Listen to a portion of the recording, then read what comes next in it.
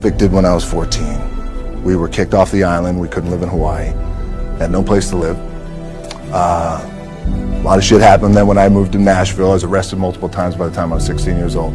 Like, I remember that. If I were playing on this team, which my skills are, what's that term? Oh, the shits. So I would play. But before I lace up, before I get on the court, before I play in these big games, before I go to the Staples Center, where history is there, those are historic walls there at the Staples Center. I would remember that, and it allows me then to be present in the moment and understand, holy shit, the stuff I have around me right now, this is the shit that I dreamed of when I was a kid. I am here.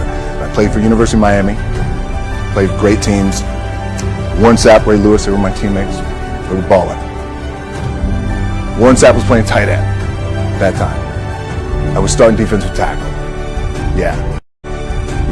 They moved to the D-line. And he looked at me, he's like, yo, dude, I'm gonna take your spot. I said, you ain't taking my fucking spot. He said, I'm gonna take your spot. I said, no, you ain't. We battled, and he took my spot. You can imagine how that fucked with me, because there goes my opportunity.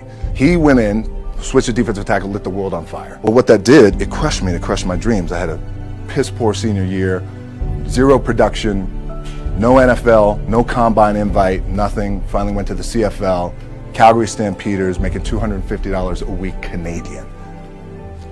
Now, I had to send that shit home to my wife at that time. Had no money. So I remember that. When I got cut from Canada, I had $7 in my pocket. And I always tell that story. So now my production company is $7, advertising agency is $7, everything is $7. Remember that. What helps me is to keep the hard times in the front of my mind, because it allows me to go into these big moments that I've worked my ass off, and you guys have worked your ass off. It allows me to go into these big moments with a different perspective.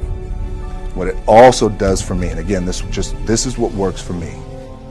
Like, I keep my back, excuse my language, my back is up against this motherfucker. Every day, it's against this fucking wall. Excuse my language, ladies in the room. But it's up against this motherfucker because it's what I believe in. And when my back is against this motherfucker, then there's nowhere to go